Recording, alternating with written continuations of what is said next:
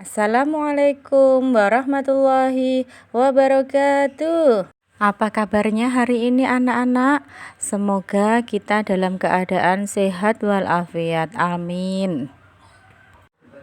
Marilah kita awali pembelajaran pendidikan agama Islam pada hari ini dengan membaca doa sebelum belajar.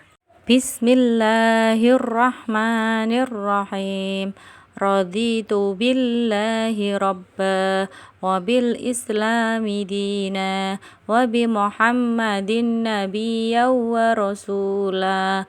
Rabbi sidni ilma warzuqni fahma. Amin ya rabbal alamin. Bagaimana anak-anak?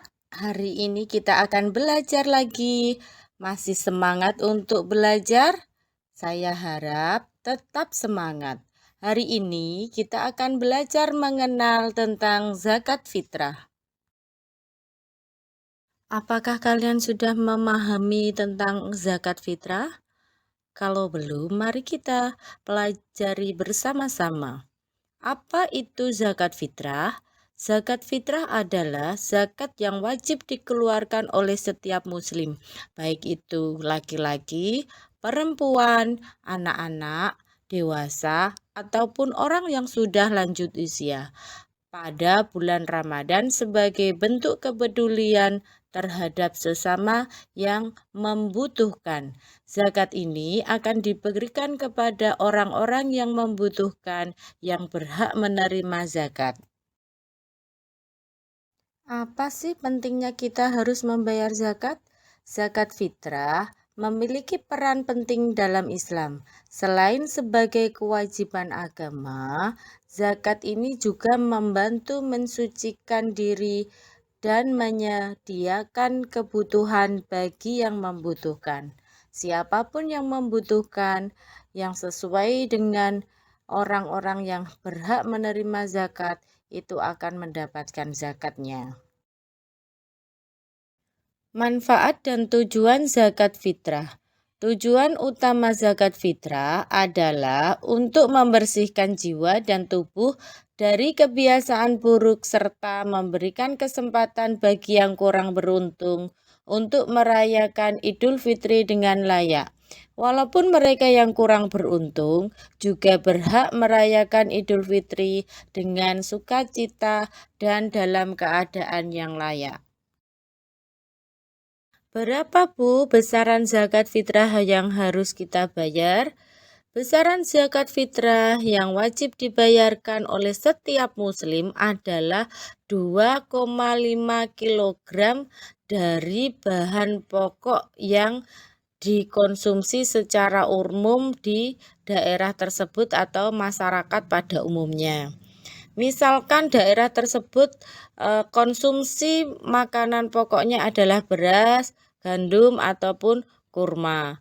Bolehkah kita membayar dengan uang? Boleh, tapi kita harus menyesuaikan harga bahan pokok pada umumnya di daerah tersebut.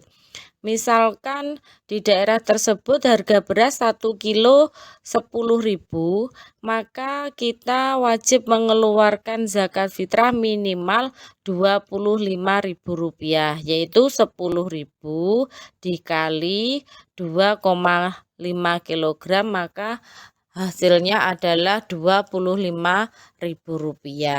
Apakah boleh kurang Bu? Tidak boleh. Apakah lebih boleh Bu? Boleh. Lebih baik lebih daripada kurang. Itulah masyarakat harus memahami bahwa membayar zakat fitrah itu lebih baik lebih daripada kurang, karena kalau kurang itu disebutnya bukan zakat fitrah, menjadi sedekah. Apakah setiap muslim itu wajib membayar zakat fitrah? Tidak. Siapa saja yang wajib membayar zakat fitrah? Setiap muslim yang mampu. Bagaimana yang tidak mampu? Yang tidak mampu tidak diwajibkan untuk membayar zakat fitrah. Setiap muslim yang mampu, baik dewasa maupun anak-anak, wajib membayar zakat fitrah. Bahkan orang yang sudah lanjut usia atau orang tua harus membayar zakat fitrah atas nama anak-anaknya yang masih bayi atau masih anak-anak yang belum bisa membayar zakat fitrahnya secara pribadi atau sendiri. Orang yang sudah lanjut usia juga wajib membayar zakat fitrah. Siapapun yang merasa muslim wajib membayar zakat fitrah dengan syarat mampu untuk membayarnya. Kemudian, anak-anak juga harus memahami siapa saja yang berhak menerima zakat fitrah. Di antaranya ada 8 orang atau golongan yang berhak menerima zakat fitrah. Di antaranya ada fakir, miskin, amil, mu'alaf, rikab, gorim, fisabilillah, dan yang terakhir ibnu sabil. Apakah kalian sudah bisa membedakan dari 8 orang tersebut? Jika belum, mari kita simak apa yang Bu Novi jelaskan ya. Yang pertama yaitu fakir. Fakir adalah orang yang mempunyai kemampuan rendah dari seorang yang baik dalam bentuk harta maupun kemampuan secara jasmani. Ketidakmampuan ini mengakibatkan seseorang memiliki sangat sedikit harta atau benda, bahkan tidak memilikinya. Secara umum, fakir digolongkan kepada orang yang tidak memiliki pekerjaan sehingga tidak bisa mencukupi atau memenuhi kebutuhannya sehari-hari. Yang kedua, miskin.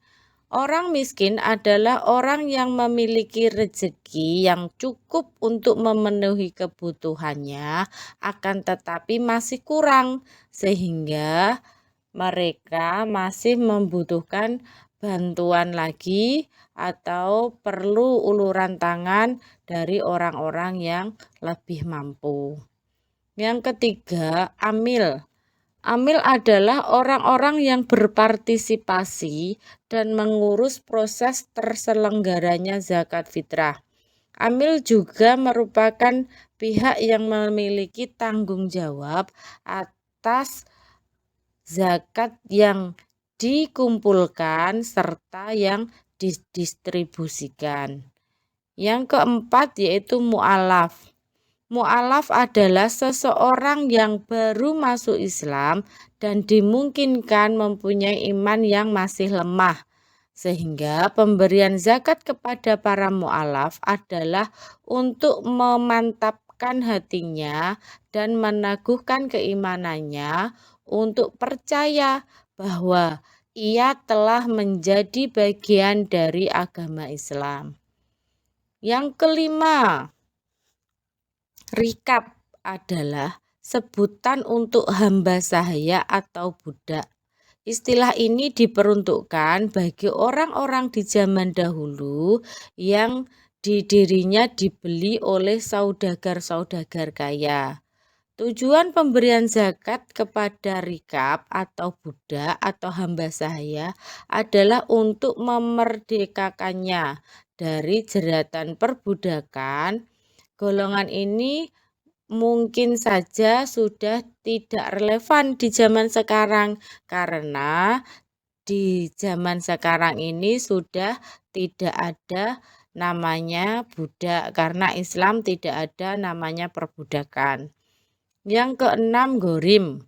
Gorim adalah golongan orang yang terjerat utang dan tidak mampu membayarnya. Latar belakang utang ini yaitu dilakukan oleh gorim umumnya karena tidak mampu memenuhi kebutuhan dasarnya sehingga terpaksa harus berhutang untuk mencukupi kebutuhannya sehari-hari. Di sini dimaksud dengan orang yang berhutang adalah berhutang untuk kebutuhannya sehari-hari, kebutuhan pokok, bukan kebutuhan untuk kemaksiatan atau bermewah-mewahan. Yang ketujuh, fisabilillah. Fisabilillah adalah orang yang berjuang di jalan Allah dalam bentuk kegiatan berdakwah, jihad, dan lain sebagainya yang relevan untuk meningkatkan syiar Islam atau demi perkembangan Islam.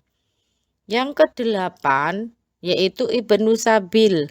Ibnu Sabil adalah orang yang sedang dalam perjalanan untuk ketaatannya kepada Allah, atau mereka berjalan untuk mensyiarkan agama Islam, bukan untuk kemaksiatan, berjalan ke sana sini tanpa arah tujuan, melainkan untuk mensyiarkan agama Islam. Disebut juga sekarang ini Ibnu Sabil sebagai musafir istilahnya. Apakah anak-anak sudah paham dengan Ibu jelaskan pengertian dari beberapa golongan orang yang berhak menerima zakat? Jika sudah, mari kita lanjutkan ke penjelasan berikutnya. Mari kita lanjutkan pembahasan berikutnya. Anak-anak, kapan waktu pembayaran zakat fitrah? Waktu pembayaran zakat fitrah terbagi menjadi 5. Yang pertama yaitu waktu mubah, yaitu sejak awal hingga akhir bulan Ramadan. Artinya tidak boleh membayar zakat fitrah sebelum bulan Ramadan atau setelahnya bulan Ramadan. Yang kedua, waktu wajib. Kapan itu waktunya kita wajib membayar zakat fitrah? Pada akhir Ramadan dan sebelum memasuki awal bulan Syawal.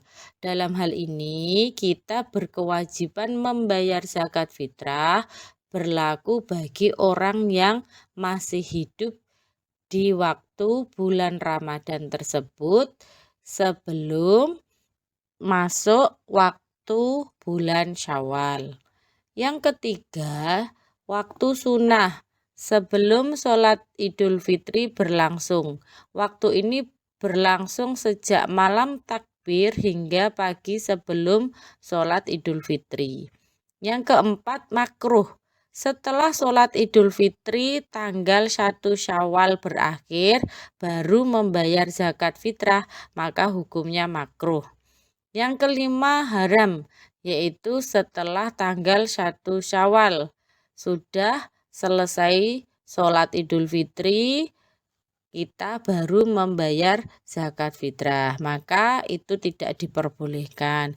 Jadi ketika anak-anak mau membayar zakat fitrah, jika takut terlupakan atau bagaimana, lebih baik sejak awal Ramadan sampai menjelang Idul Fitri segera membayar zakat fitrah.